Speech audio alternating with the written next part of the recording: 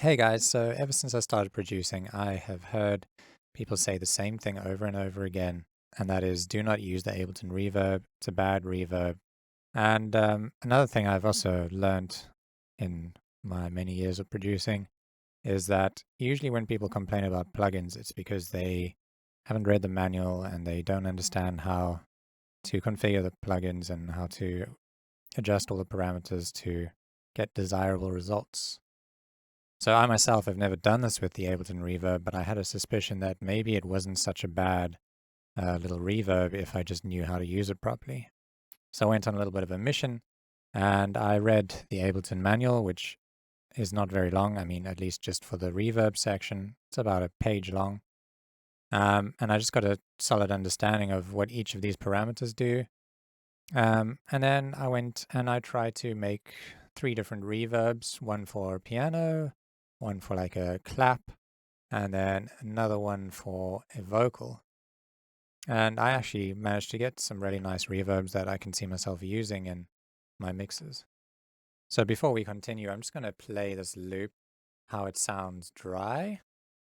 And then afterwards, I'll play it wet with just the Ableton reverb, and we'll see what a difference it is. You act so weird and you ignore me, baby. What could I do? What could I do? Hey, you mean nothing. You have a girlfriend, yeah. Okay, and with the reverb. You act so weird and you ignore me, baby. What could I do? What could I do? Hey, you mean nothing. You have a girlfriend, yeah. Okay, so I was really pleased with these results, especially the vocal reverb, which has this like really nice character to it, almost like a slapback kind of delay, except it's more like a slapback kind of reverb with this nice modulation to make it sound almost like it's got a tape effect on it. Just a really nice reverb. And if you want to get these presets, I'm also going to be adding them to my Patreon. I've saved them. We've got this big piano reverb, this infinity clap reverb, and the long vocal slapback reverb. Okay, so I think the best way to go about learning this is for me to just explain what each of these parameters do in my own words and as quickly as possible. And then I'll just take you through each of the reverbs that I made. Okay, so the first thing you need to understand is all plugins have like a signal flow. Usually starting at the input and then going through a multitude of different sections and then going through the output. So the first section is called input processing, and that consists of a filter and a pre-delay. And the filter, what I assumed, and I think a lot of people probably also assumed when they first looked at it, was that it was EQing the reverb itself, kind of like putting your reverb on a send and then putting an EQ after it and EQing the sound. But that's actually incorrect. It's on the input, so what it's doing is it's EQing the incoming signal. So if we had to take out the high end, we're actually EQing the high end of the clap before it enters the reverb. So we're taking that out. And if I just increase the decay time so we can hear more of the reverb, we're getting this dark reverb. We open it up, we get a really bright reverb. We can also take out the low end by enabling this low cut.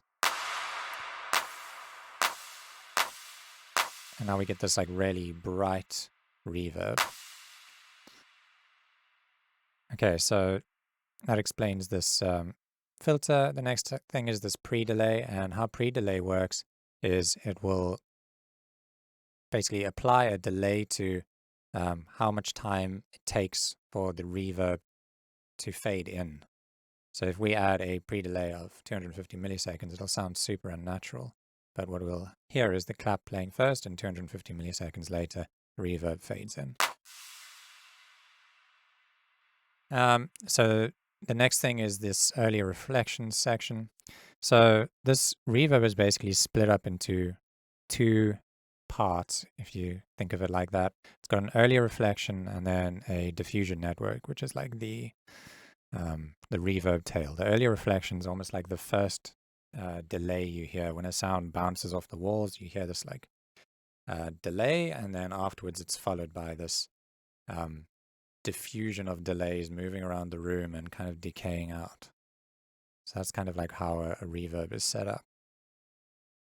And so if you want to control how the initial bounce of the sound sounds, then you can come here into the early reflections. And the first parameter here is spin, which is just like a modulation.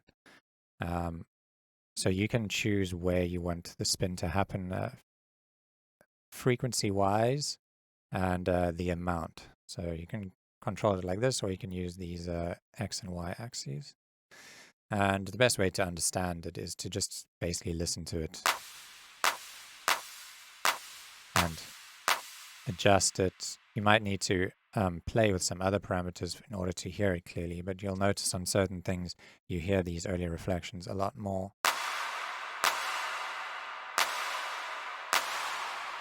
And you can hear how the initial reflection changes as I move this around.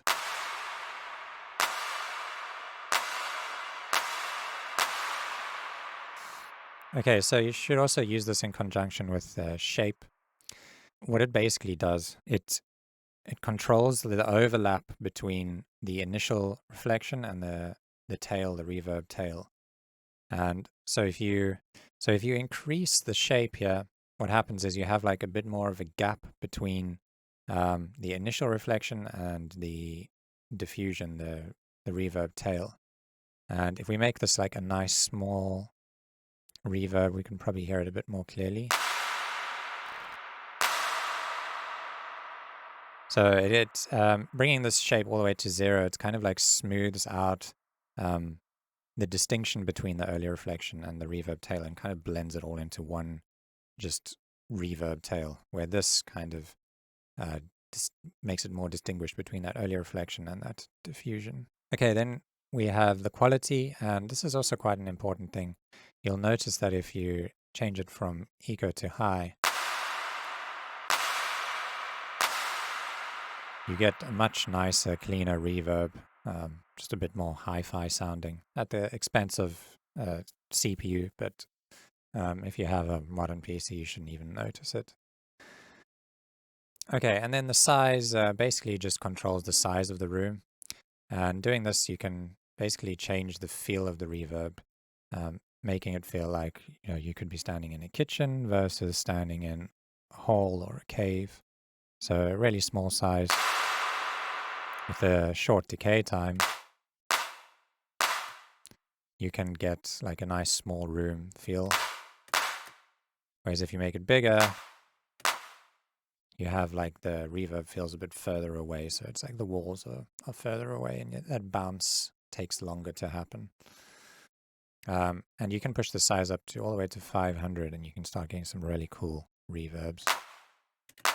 With a higher decay time, you can get some really nice stuff.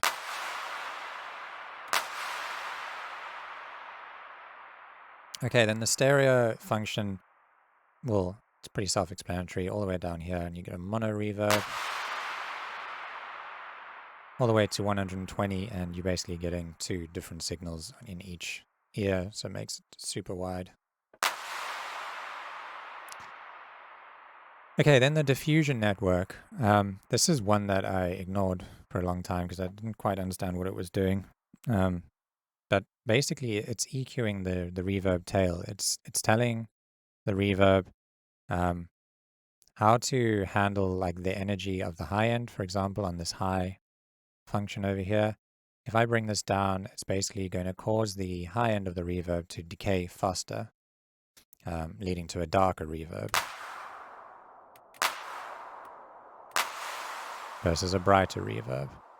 So if you're having troubles with this reverb and you're trying to play this input processing and you just can't get it quite dark enough, have a look at the diffusion network and try and EQ it here rather, because you can get some really cool results.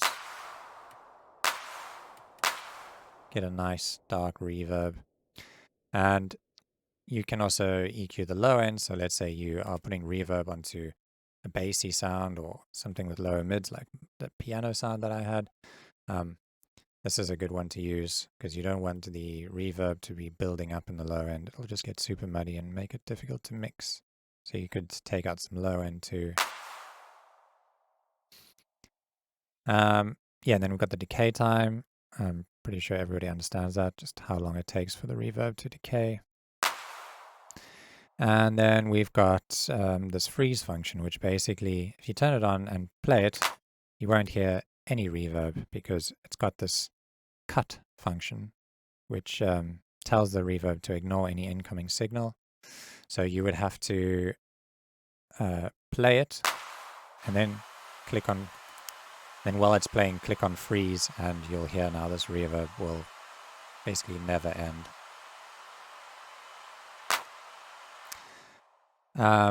So yeah, if you turn off cut, it won't ignore the incoming signal. And if I play this,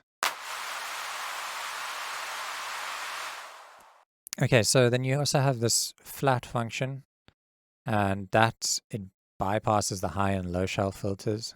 If I turn this off, it's going to enable the diffusion filters over here on the frozen reverb, and you'll get what doesn't sound like a never-ending reverb, because it's going to be losing the high end and the low end energy because of the filter. So now without this on, even though the reverb is frozen, it's still losing its high-end energy because the diffusion network filter is now enabled. But if I turn this on, it bypasses it, and then we'll get this never-ending reverb with all the high-end and low-end in it.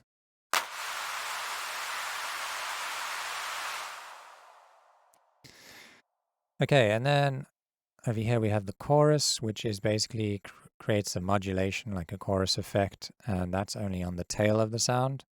So over here we had the spin, which is modulating that first reflection, the early reflection, and this is modulating the tail of the sound.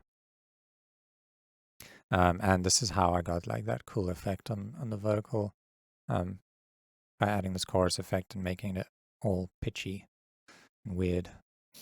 And then we have density and scale. Okay, so in density and scale, in the manual, it tells you that if you bring down the size, you'll notice these effects more. And you can just play with them and see what they do. But basically, they control the color and the coarseness of the sound. So let's just play with them and see how they sound. So density at 0 versus density at 100 or 96. Now we're getting this like really metallic kind of tail. And then scale.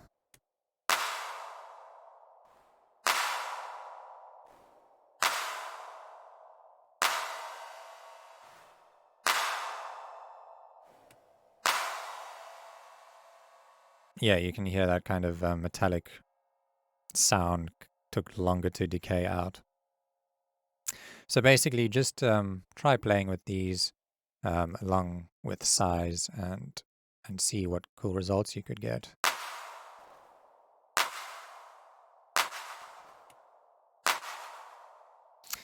There you can see with this bigger size, it's actually affecting the time between, it's almost sounding like there's a pre-delay on it versus no pre-delay and a bit of a weird tail.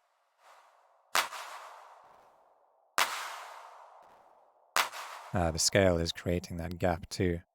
So yeah, you can get really interesting features just by playing around with size, density, and scale.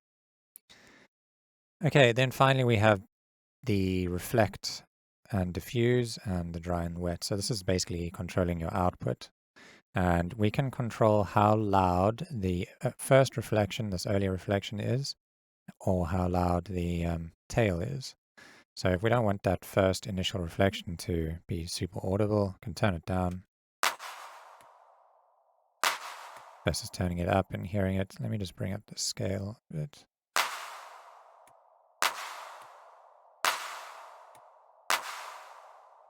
And it might even be more noticeable with all that high end in it.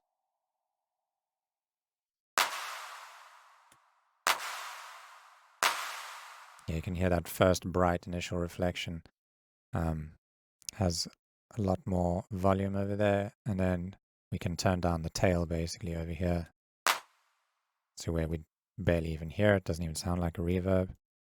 I'll turn it all the way up. and we get this really loud tail. And then the dry wet is, I'm sure everybody knows what dry wet is. Just controlling the dry signal versus the wet signal. Okay, so let's go over each one of my reverbs that I set up here. So the first one is this big piano cave, and without it, the piano sounds like this.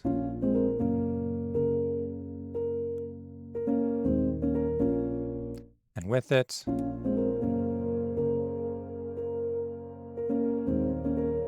let me turn it all the way up to 100% wet so you can hear only the reverb and what it sounds like.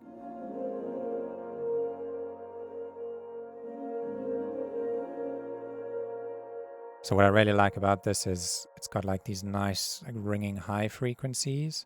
It's not too muddy, and it sounds interesting. It's like, it feels like it's flowing up and down, kind of like in a wavy motion.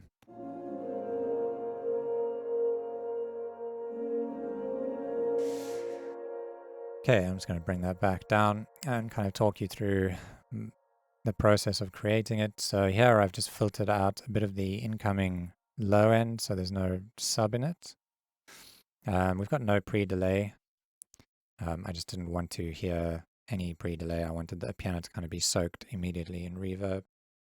And then this early reflections, I mean, I barely noticed what it was doing. I think without it,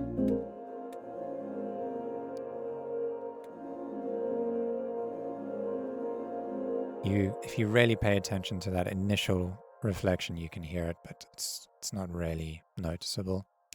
I set the quality to high. The size is pretty big, so 156. And then I made it nice and wide because I wanted it to feel like almost like we were in a cave. And this diffusion network is super important. If I take this off,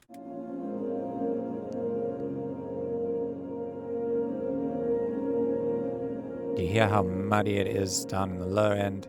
Even though I've taken out the bit of the low end with this input processing, you're still getting this real build-up around like 200 hertz around this area here, which sounds horrible. But if I turn this on, it really cleans up the reverb. And the same thing with the high end. It just takes out a bit of the hiss from the reverb. And then we've got a nice long decay time, 23 seconds.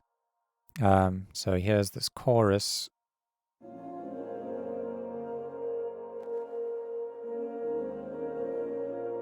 Which is just adding a little bit of modulation. It's kind of subtle, but still sounds, I think it adds a bit of interest to the reverb. The density and scale, I mean, yeah, I kind of just played around with these and found that it sounded nice at this position.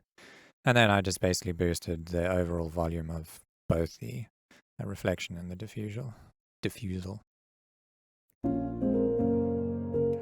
Okay, so the clap, I kind of wanted to make like an impact.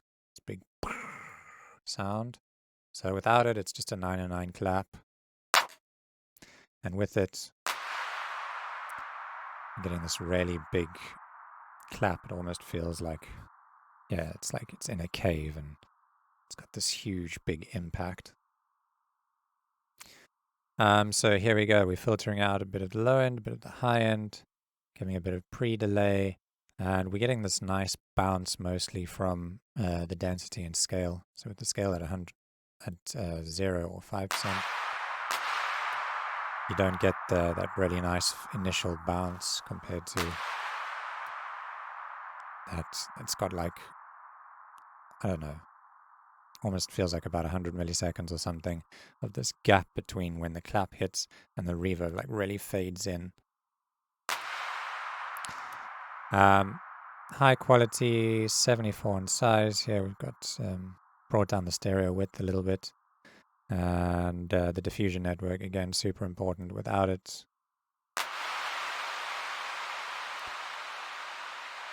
you get quite an ugly reverb. With it, nice, round, dark,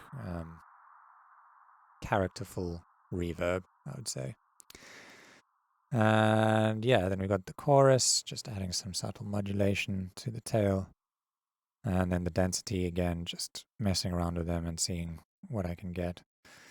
And then here the reflections, I turned down those a bit, and I wanted the tail to be a bit louder, so I turned that up. So yeah, now we have a nice simple clap that turns into a big impact.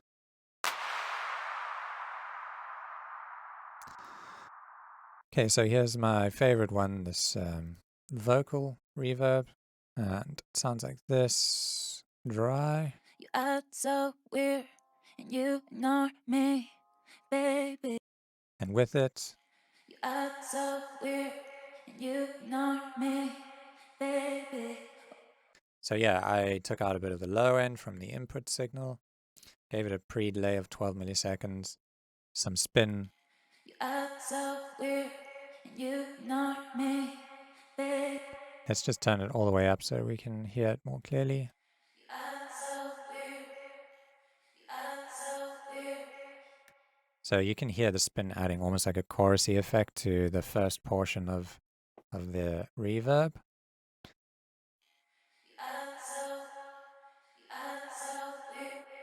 Yeah, you can hear that's like a really fast spin if you just pay attention.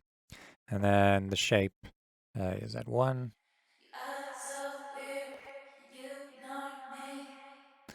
And high quality again. And the size is huge, but the decay is pretty short, so we don't get like this gigantic delay. It just helps to put it more in an interesting space. So if I bring down the size, it makes it sound almost like you're standing in an empty kitchen or something. Yeah, so I don't know, but I don't like the quality of the sound. It sounds a bit cheapy. So all the way up pushes those reflections further back and makes the space feel a bit bigger, and it just sounds like a nicer quality. So it's again nice and stereo, and then the diffusion network doing a lot of work.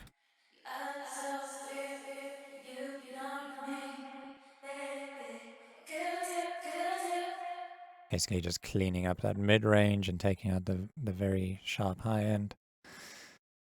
Decays at 2 seconds, and then the chorus.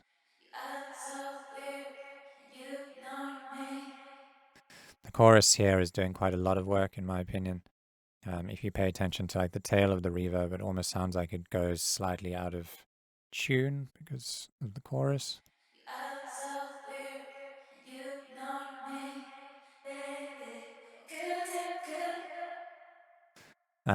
The density's down all the way and scale all the way up. And then I just turned down the reverb tail. If I turn it up, it's maybe a bit too much. And yeah, that's basically it. And I had the dry wet up quite high because I wanted it to push the vocal back a little bit in the mix. I didn't want the vocal to feel very upfront. So you act so weird and you ignore me, baby. yeah, so that one's my favorite one. I really like it. I'm definitely going to be using that on probably my next vocal track. Anyway, so that's it. If you like them, again, you can grab them on my Patreon. Yeah, hope you learned something, and I will see you next time.